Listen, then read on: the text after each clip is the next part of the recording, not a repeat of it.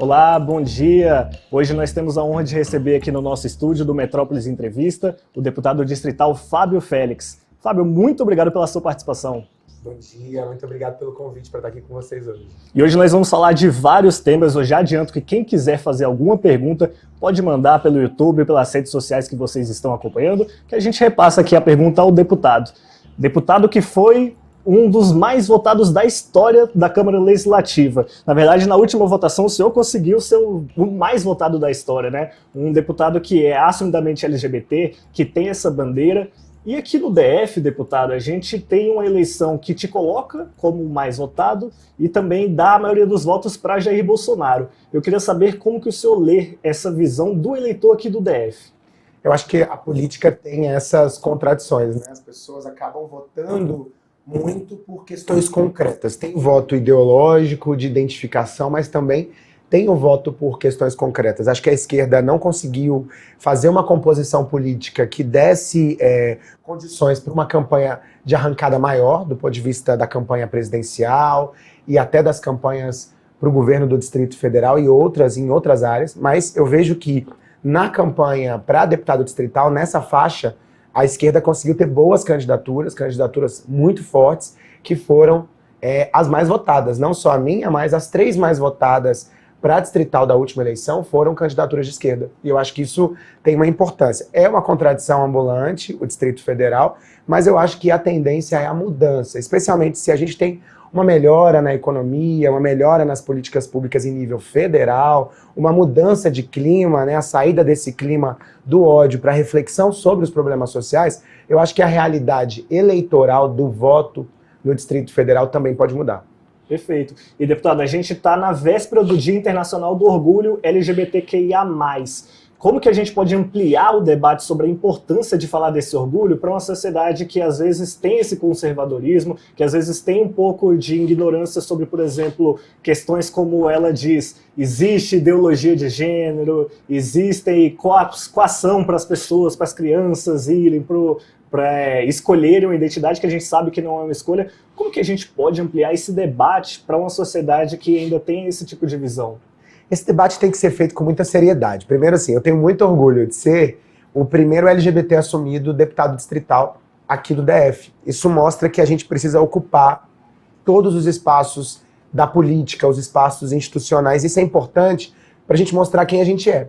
E falar sobre orgulho, para mim, é muito caro, porque a gente, quando sai do armário, eu saí do armário aos 16 anos, eu gosto de marcar essa idade, porque foi muito difícil para mim. Foi difícil na escola, foi difícil na família, apesar de eu ter tido muito apoio da minha família, na sociedade. Então, falar de orgulho para nós é falar da saída do armário, sair do lugar de humilhação, de sujeição, de vergonha, de invisibilidade, para falar eu tenho orgulho daquilo que eu sou, da minha orientação sexual, independente do que as pessoas pensam sobre mim, eu tenho orgulho. Então, o mês do orgulho é justamente isso. O mês marca o dia 28 de junho, quando lá há mais de 50 anos atrás, em Nova York, a população LGBT foi para a rua lutar pelos seus direitos, lutar para que pudesse demonstrar o seu afeto no espaço público.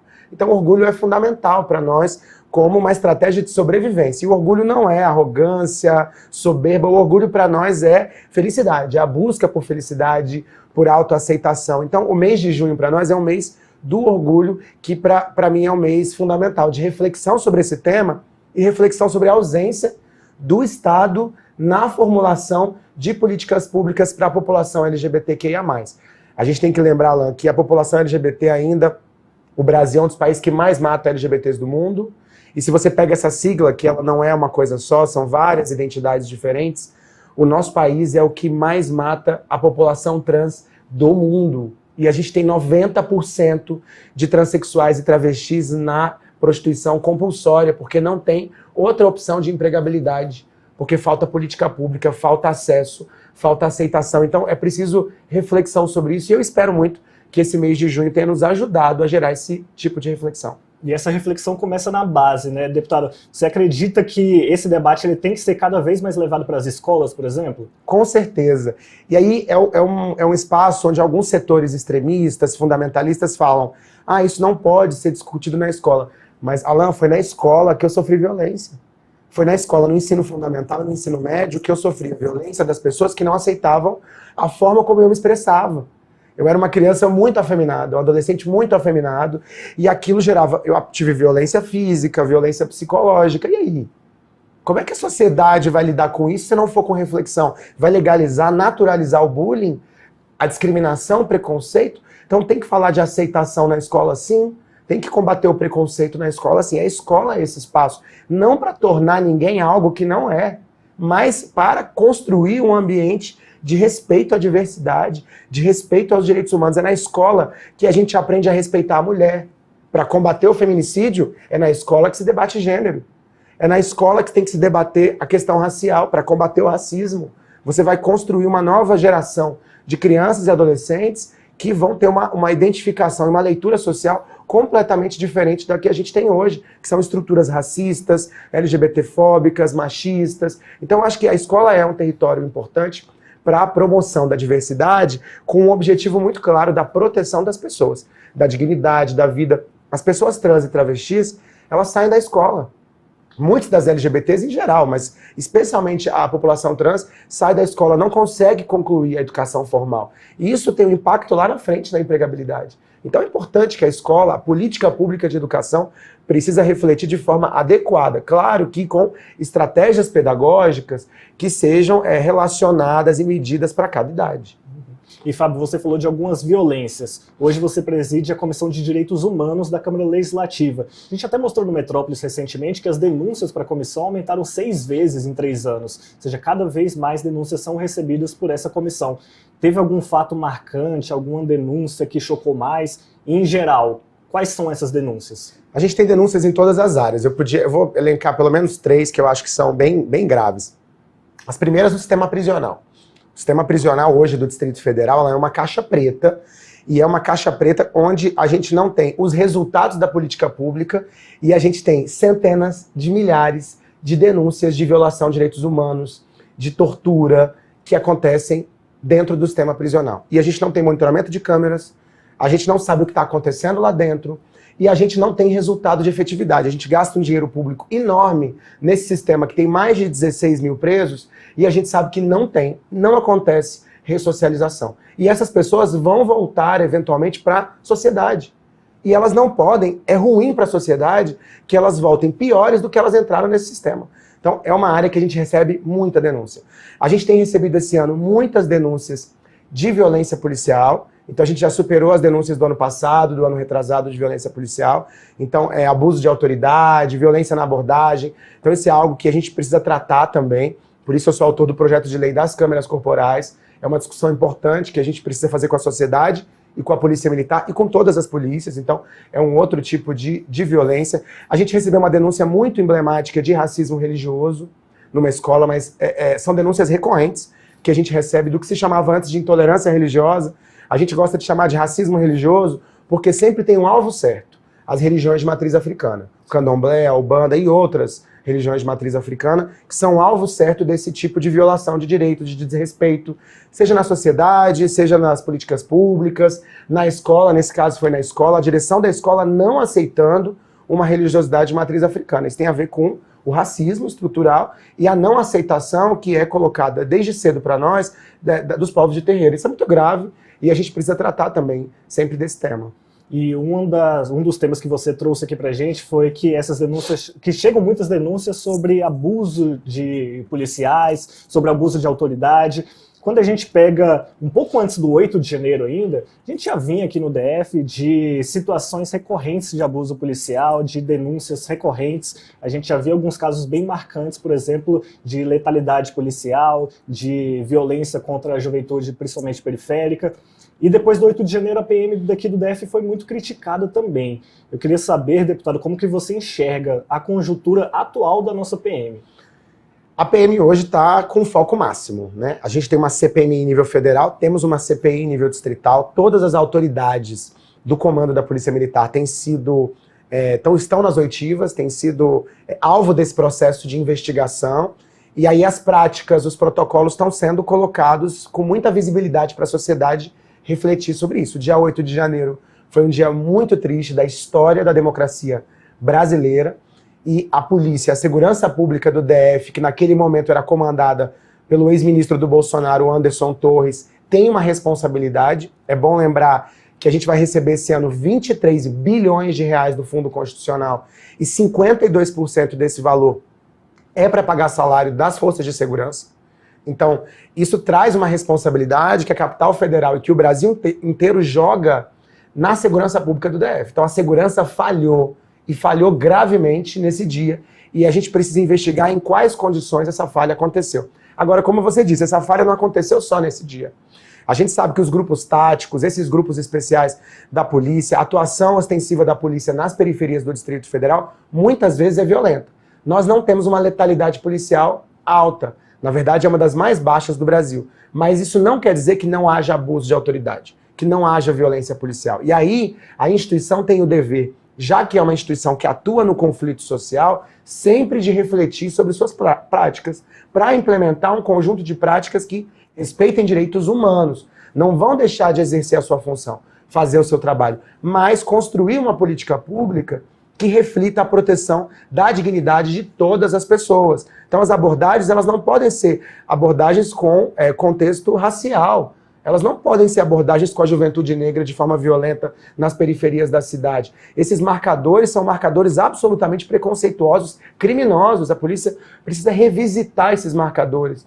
Precisa trabalhar com inteligência, com uma outra lógica preventiva. E essas reflexões, como Comissão de Direitos Humanos, a gente tem trazido sempre no cotidiano da atuação parlamentar, da atuação legislativa. E emendando dois assuntos aí, na resposta anterior, o senhor citou aquele projeto da sua autoria que prevê a instalação de câmeras nos uniformes dos policiais. Você falou um pouco da prevenção também. Explica um pouco desse projeto para a população em geral e como que ele pode ajudar? As câmeras corporais, elas tiveram um efeito muito importante em São Paulo. Foi um efeito muito positivo, porque teve uma diminuição de 76% na letalidade policial usando as câmeras corporais. Basicamente, para quem está assistindo a gente, são câmeras de lapela. Você coloca aqui na farda do policial, são duas câmeras. Uma câmera fica ligada o tempo inteiro, quando ele está em serviço, e a outra câmera ele aciona só na hora das operações. Então ele vai começar a fazer qualquer abordagem, ele tem a obrigação legal de acionar a segunda câmera, que inclusive tem áudio. Né? A câmera que fica filmando o tempo inteiro, ela armazena 30 dias. A outra câmera de operação, ela armazena por um período maior as imagens para que sejam analisadas. Então, aquilo gera uma proteção para o bom policial, aquele que cumpre os protocolos, que faz a abordagem da forma correta, e também gera uma proteção enorme para a população, porque é uma proteção da dignidade da população. E na audiência pública que teve recentemente na Câmara Legislativa, vocês ouviram vários setores da sociedade, inclusive representantes da PM. A ideia é bem vista na PM? Tem muita dúvida entre os policiais militares, porque, óbvio, a gente está tratando de uma questão delicada que gera monitoramento do trabalho profissional. Agora, a gente tem que lembrar que é um trabalho profissional que atua no conflito social, no limite da sociedade. Então, é um trabalho que precisa de monitoramento.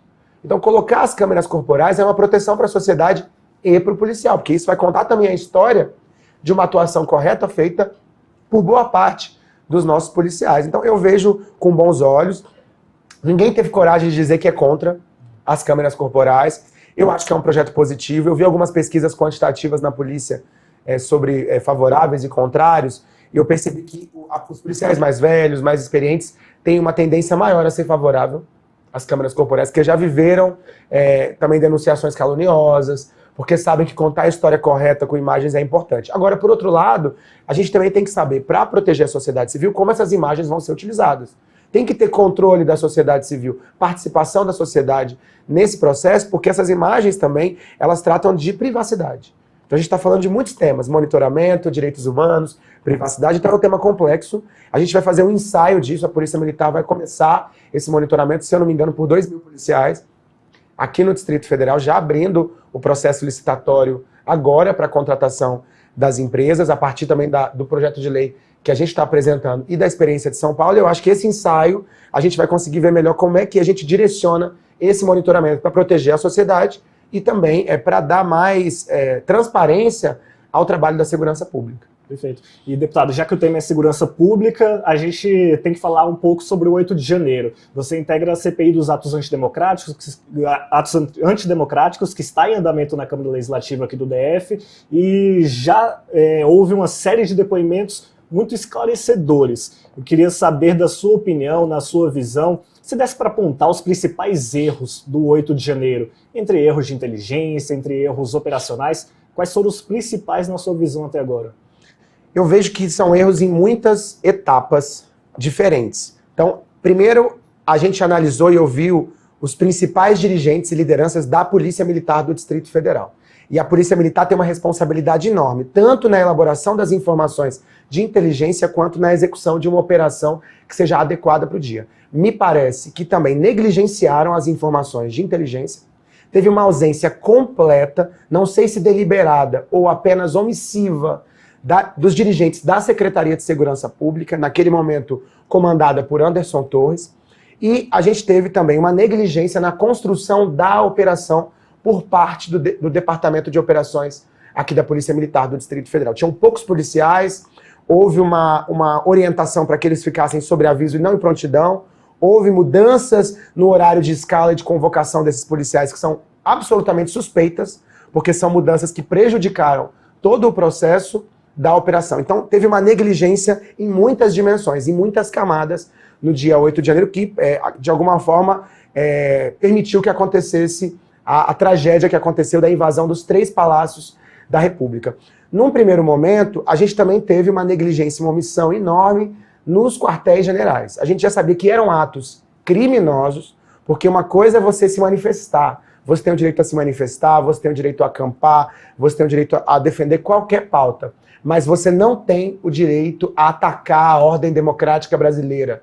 Isso você não tem. Existe uma lei que não permite isso nesse país. E as pessoas acamparam na frente dos quartéis, um acampamento completamente fora do normal, porque ninguém é autorizado a acampar na frente do quartel-general com faixas pedindo golpe militar contra ataque direto à democracia brasileira. E foi lá que a conspiração começou, lá conectada com os palácios, que naquele momento ainda era ocupado pelo time do Bolsonaro. A gente percebe que tem informações, tem fluxo de informação o tempo inteiro da equipe do Bolsonaro com os acampamentos. Então lá foi gestado os atos violentos do dia 12 de dezembro, lá foi gestado a tentativa de bomba e ataque terrorista no aeroporto de Brasília, lá foi gestado o ato antidemocrático e violento do dia 8 de janeiro, que se configura como uma tentativa de golpe. E aí o nosso papel na CPI dos atos antidemocráticos é defender que o lugar de golpista é na cadeia. Porque não é uma coisa de vingança, de revanche, sabe, Alan?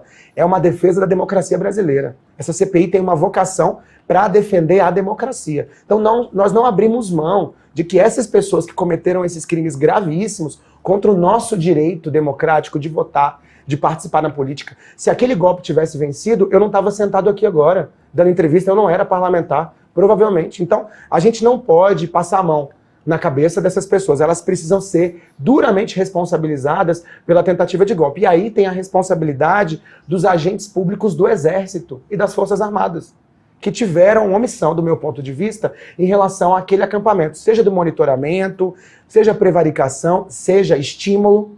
Isso aí tem que ser investigado, porque os dados que a gente recebe na Câmara Legislativa, as oitivas, elas não trazem uma posição definitiva, mas elas abrem uma margem para que a gente ache que houve a participação de alguns setores, algumas autoridades também, nesse processo de estímulo dos atos golpistas.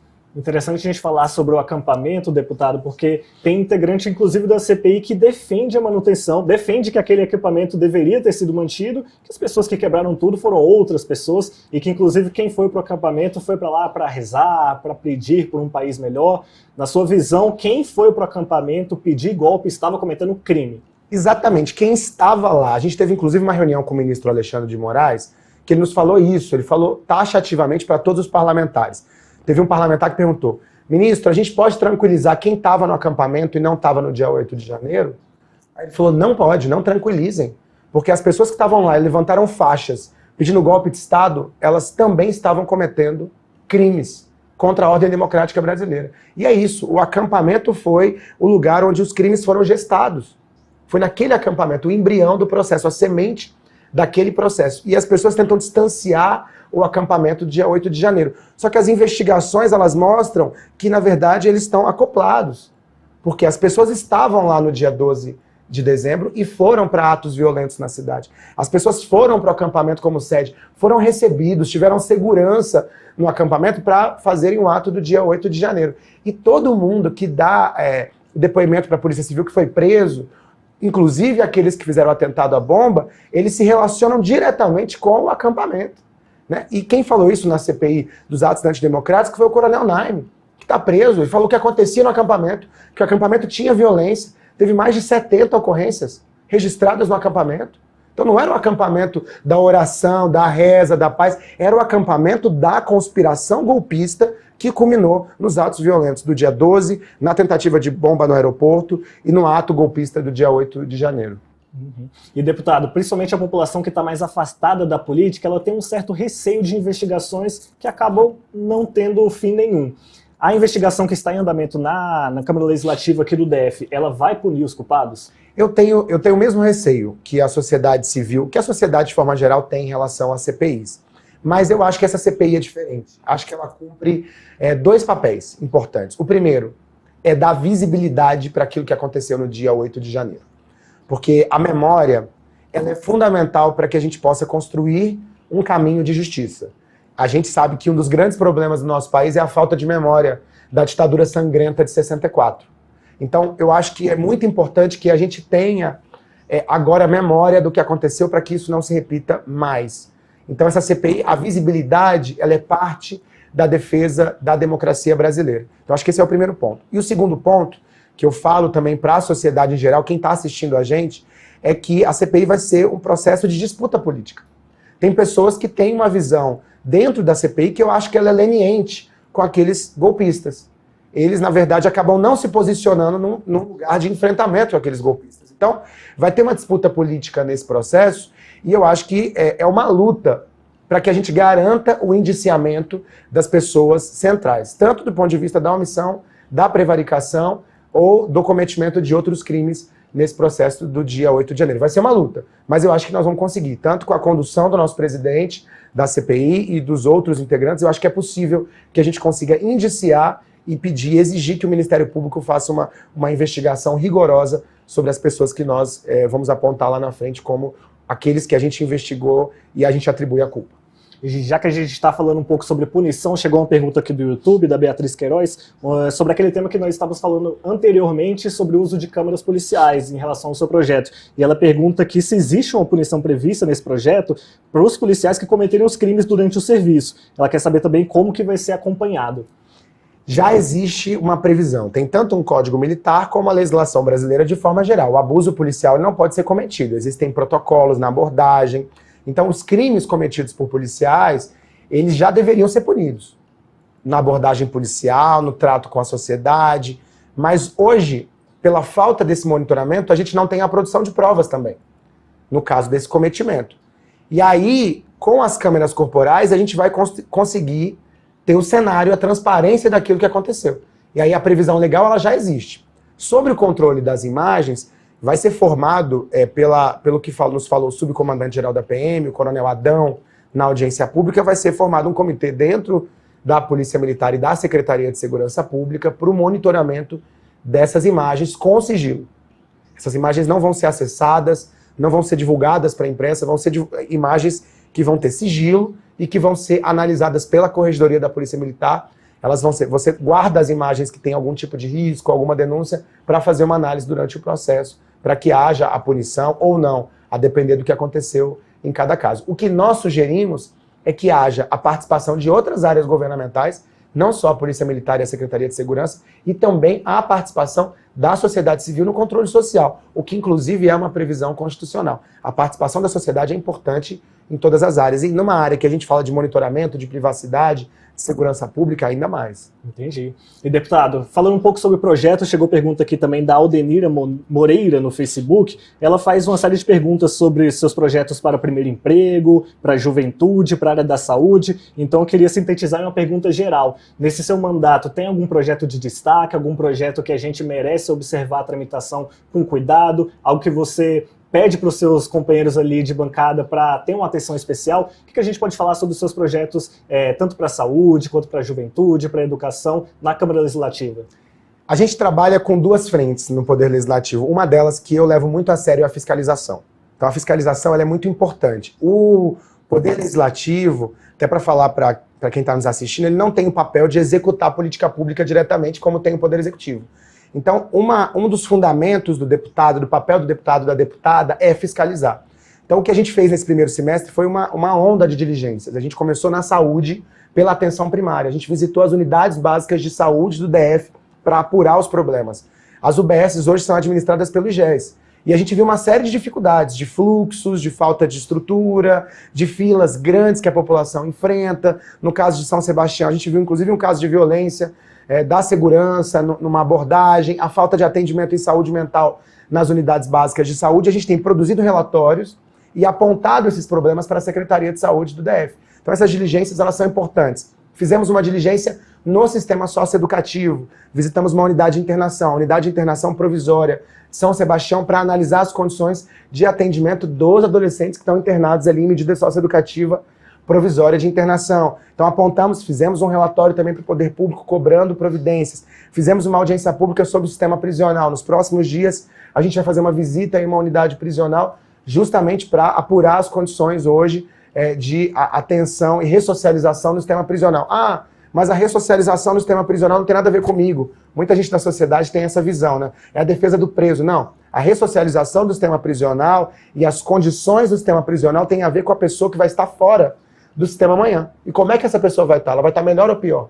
Se ela estiver melhor, é melhor para todos nós, porque ela não vai cometer novos crimes. Então lá dentro ela precisa ter educação, ela precisa ter emprego, ela precisa ter acesso à oportunidade e ressignificar a sua trajetória dentro do sistema prisional. Então nós vamos fazer diligência no sistema prisional. A gente tem fiscalizado as diferentes áreas e esse é um fundamento importante do nosso mandato. Segundo, a gente espera aprovar agora um projeto de lei que garante vagas nas empresas que contratam para o serviço público para mulheres que são vítimas de violência. Então isso é muito importante. Isso já está regulamentado em nível federal e o DF ainda não tem. Então uma cota para mulheres vítimas de violência. A gente sabe que para encerrar o ciclo de violência, uma questão importante é a renda, né, a dependência econômica. Então esse projeto de lei é importantíssimo para nós. A gente espera aprová-lo, inclusive, essa semana como um projeto prioritário.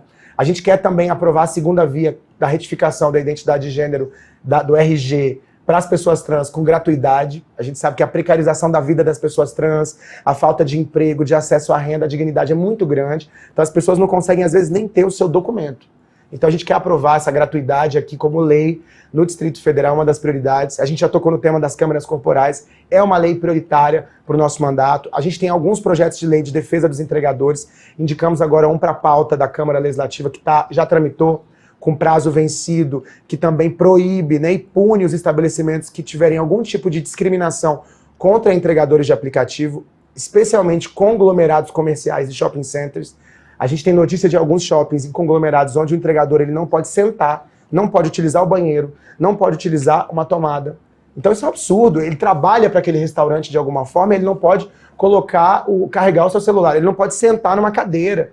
Então assim, a gente fez um projeto de lei para que os entregadores eles não possam ser discriminados ali. Eles tenham seus direitos garantidos, sejam bem tratados. É o mínimo. A gente não devia ter lei para isso. Mas infelizmente, com as denúncias que a gente tem recebido, a gente tem que apresentar lei, inclusive, para isso. Então, a gente tem alguns projetos prioritários, todos eles focados na defesa dos direitos humanos, e a fiscalização, eu estou com muito orgulho de estar no 5º ano na presidência da Comissão de Direitos Humanos da Câmara Legislativa, e a gente tem ampliado esse canal de denúncias para a sociedade. Não quer dizer que a gente resolve tudo, mas quer dizer que a gente tem uma porta aberta na luta em defesa da sociedade e também no combate, no enfrentamento às tantas violações de direitos humanos que a gente ainda enfrenta. Então, a gente tem essa porta aberta para a população que pode buscar a Comissão de Direitos Humanos. Perfeito. Deputado, a gente está caminhando para o final, mas agora dá tempo a gente fazer aquelas perguntinhas mais rápidas. Por exemplo, para quem está acompanhando a CPI, quais são os próximos passos? A gente vai ter uma oitiva na quinta, a gente vai ouvir o Alan dos Santos e o George Washington agora, que são os responsáveis